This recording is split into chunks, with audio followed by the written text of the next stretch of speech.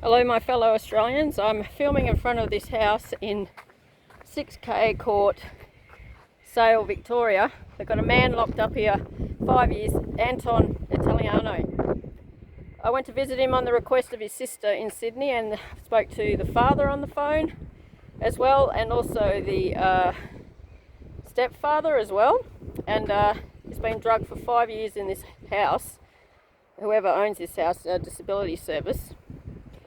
With the psychiatric killing going on with the drugs.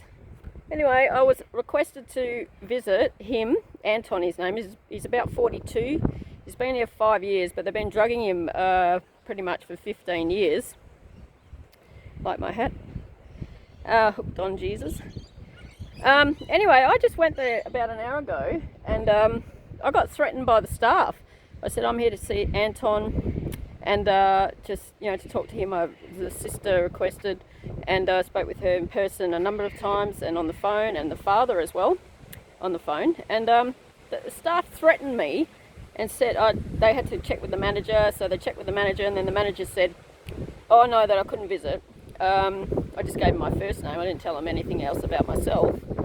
And said, oh no, you can't visit and you have to get off the property. I just knocked on the door, that was it.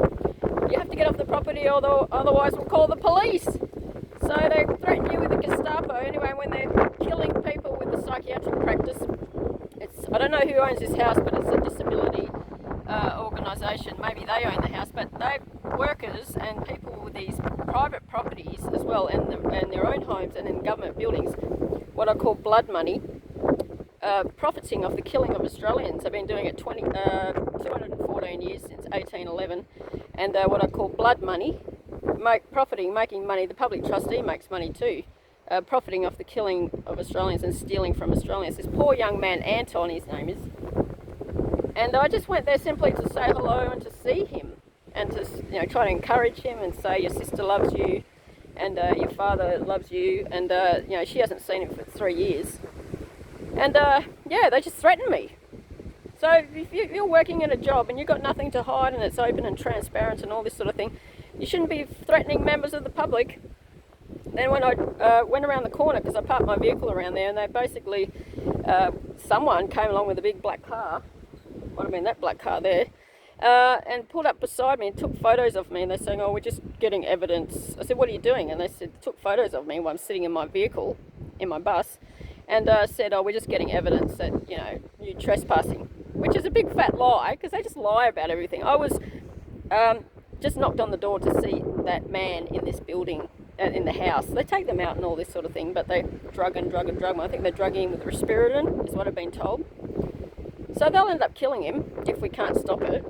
Just one example of thousands being drugged in every state of Australia, as I've proved for 10 years with my public work and in my book, Chapter 5.